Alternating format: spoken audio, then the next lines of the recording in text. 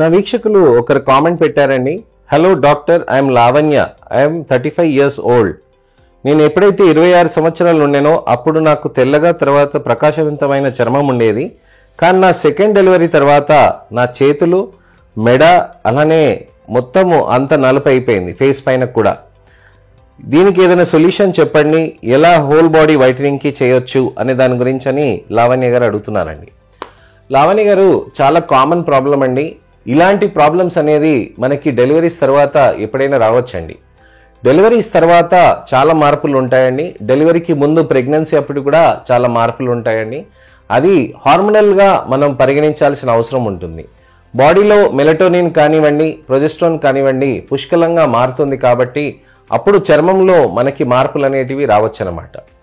ఎలా అయితే ప్రెగ్నెన్సీలో డెలివరీలు అయ్యే ముందు అలానే ప్రెగ్నెన్సీ అప్పుడు మీకు ఎలా అయితే లాక్టేషన్ ఫీడింగ్ అప్పుడు మీకు ఎలా అయితే హార్మోనల్ మార్పుల్లో శరీరంలో అన్ని మార్పులు అవుతాయండి, అలానే చర్మంలో కూడా మార్పులు అవుతాయి. ప్రెగ్నెన్సీలో మీరు గమనిస్తే అన్ని కండరాలు కానివ్వండి, బోన్స్ కానీ కొద్దిగా లూజ్గా కావటం జరుగుతుందండి. ఎందుకనంటే డెలివరీకి హిప్ బోన్స్ అనేటివి ఫ్లెక్సిబుల్గా ఉండి బేబీ అనేది బయటికి రావడానికి కూడా ఆ హార్మోన్స్ అనేటివి కారణం ఉంటుంది. తర్వాత మళ్ళీ డెలివరీ తర్వాత బోన్స్ అన్ని గట్టిగా అయిపోతాయండి.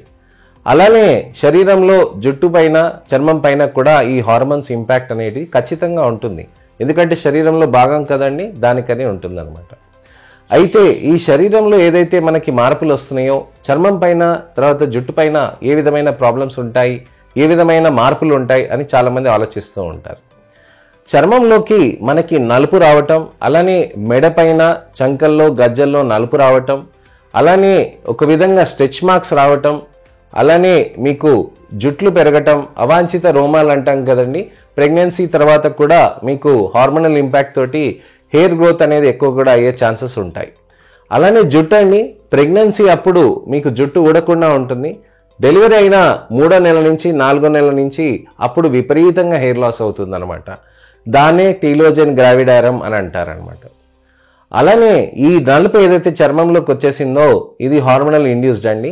దీనికి మనము నెమ్మదిగా ట్రీట్మెంట్స్ అన్నీ చేసుకుంటూ దానికి టాబ్లెట్స్, ఒకవేళ మీరు ఫీడింగ్ చేయట్లేదంటేనే టాబ్లెట్స్ తీసుకుంటూ దానితో పాటు ముఖ్యంగా మనం చేయాల్సింది ఏంటంటే సన్ స్క్రీన్స్ పెట్టుకోవటం, లేజర్స్ కూడా చేసుకోవటం అనమాట.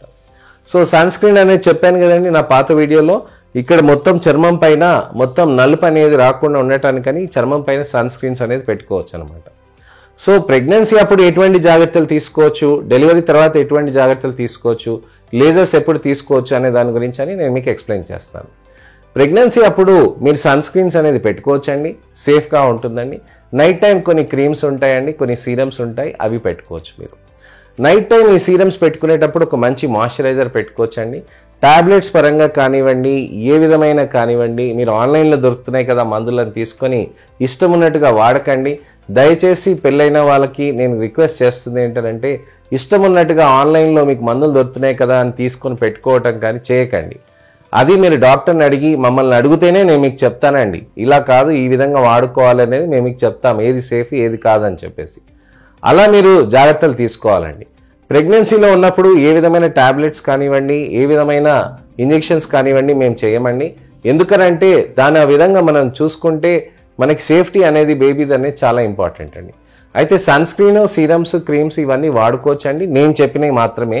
దాని ఆ విధంగా వాడుకోవాల్సిన అవసరం ఉంటుంది, ఎక్కువ నలుపు కాకుండా ఉండటానికని.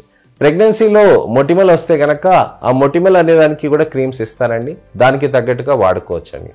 మొటిమలు కాకుండా అవాంఛిత రోమాలు ఏవైతే వస్తాయండి వాటికైతే మేము లేజర్స్ ప్రెగ్నెన్సీ అప్పుడు మేము చేయమండి. డెలివరీ టైంలో మనం చేసుకోవచ్చు. డెలివరీ అయినాక మెల్లగా నెమ్మదిగా ఒక 1-2 months తర్వాత మంచిగా ప్రశాంతంగా లేజర్ హెయిర్ రిమూవల్ అనేది చేసుకోవచ్చు అనమాట. మరి పెళ్ళైన వాళ్ళు ప్రెగ్నెన్సీ ప్లాన్ చేస్తున్నప్పుడు అవాంఛిత రోమాలకి లేజర్స్ ఎలా చేస్తారు అని అంటే, మీకు సైకిల్ వచ్చినప్పుడు అప్పుడు మాత్రమే మీరు వచ్చినప్పుడు మీకు లేజర్ అనేది చేస్తామన్నమాట. ఈ లేజర్ చేసినాక అప్పుడు మీకు హెయిర్స్ అనేది తగ్గుతుంది కాబట్టి అప్పుడు మీకు ప్రెగ్నెన్సీ రాలేదు కాబట్టి దాన్ని ఆ విధంగా మనం కంటిన్యూ చేయొచ్చు అనమాట. సో సైకిల్స్ అనేది ఈ విధంగా ఉండి మనం ఆ విధంగా ప్లాన్ చేసుకుంటే మంచి రిజల్ట్స్ అనేటివి మీకు సేఫ్గా ఉంటుంది. ప్రెగ్నెన్సీ కన్సీవ్ అయ్యారని అంటే యూజువల్గా మేము లేజర్ చేయమండి. లేజర్ అనేది మనం ఎందుకు చేయము అని అంటే చేయకూడదని ఎక్కడ రాసలేదండి. చేయకూడదని రాసి లేనప్పుడు మనం చేయొచ్చా అని అంటే చేయొచ్చు, కానీ బేబీ ప్రయారిటీ ఇంపార్టెంట్ కాబట్టి మేము లేజర్స్ అనేటివి మేము చేయమండి. అలానే పిగ్మెంటేషన్ కోసమని డెలివరీ తర్వాత లేజర్స్ చేయగలుగుతామండి, పీల్స్ చేయగలుగుతామండి. లేజర్స్ అనేవి చక్కగా సేఫ్గా ఉంటాయి, ఫీడింగ్కి ఎటువంటి ఇబ్బందులు అనేటివి కలిగించవు. మీరు నెమ్మదిగా నెలకొకసారి లేజర్స్ లేక 2 నెలలకు ఒకసారి లేజర్స్ అనేది కూడా చేసుకోవచ్చు అనమాట. పిగ్మెంటేషన్కి లేజర్సే ఒక మంచి మెరుగ్గా పనిచేస్తుందండి. ఏదైనా కానీ వేరే కండిషన్స్కి ఏంటంటే మొటిమలు తీసుకోండి, లేకపోతే మీకు ఇతరత్ర అవాంఛిత రోమాలు అనుకోండి, వీటికన్నిటికి ఏంటంటే టాబ్లెట్స్ ఎక్కువగా పనిచేస్తాయి. లేజర్స్ అనేది దానికి దోహదం చేస్తుంది అనమాట. అవాంఛిత రోమాలకి కానివ్వండి, పిగ్మెంటేషన్కి కానివ్వండి, లేజర్సే బాగా పనిచేస్తాయి. టాబ్లెట్స్, మందులు వాటికి హెల్ప్ చేస్తుంది అనమాట. సో లేజర్స్కి ఉన్న ఆ ప్రాపర్టీకి, ఆ బెనిఫిట్కి మనం చేసుకోవాలని అంటే మందులు ఈ విధంగా మనము వాడుకోవాల్సిన అవసరం ఉంటుందండి. దానికి తగ్గట్టుగా లేజర్స్ అనేది చేసుకోవాలండి. పిగ్మెంటేషన్స్ అనేటివి మొండిగా ఉంటాయండి, దానికి లేజర్స్ చేస్తేనే మీకు కరగటం అనేది జరుగుతుందండి. ఇది నెలకొకసారి అలా మనం చేసుకుంటూ వెళ్తుంటే మంచిగా సేఫ్గా మనకి చర్మానికి ఉన్న నలుపుని కరిగించుకుంటూ మన సొంత చర్మం కలర్కి తీసుకురావడానికని మనం ప్రయత్నం చేయొచ్చు. అలానే మీకు ఈ లేజర్ గురించి తెలుసుకోవాలంటే తప్పకుండా మీరు మా దగ్గరికి వస్తే మేము మీకు చెప్తానండి. అలానే మీకు ఇంకా డీటెయిల్స్ తెలుసుకోవాలి అని అనుకుంటే ఖచ్చితంగా పాత వీడియోస్లోకి వెళ్ళి మీరు నా ఛానల్లోకి వెళ్ళి అన్నీ చూసుకొని దానికి తగ్గట్టుగా మనం రిజల్ట్స్ అనేటివి సాధించవచ్చండి. అలానే ముఖ్యంగా నా ఛానల్కి సబ్స్క్రైబ్ చేసుకోండి. మీకు ఎటువంటివైనా ప్రాబ్లమ్స్ ఉంటే కనుక కామెంట్స్లో మీ చర్మాన్ని కానీ జుట్టువి కానీ మీరు పెట్టండి. దానికి తగ్గట్టుగా వీలైనప్పుడు నేను టెక్స్ట్ రిప్లై కానీ వీడియో రిప్లై కానీ చేస్తుంటాను. మళ్ళీ ఒక ఇన్ఫర్మేషనల్ అవేర్నెస్ వీడియోతోటి నేను మీ ముందుకు వస్తానండి.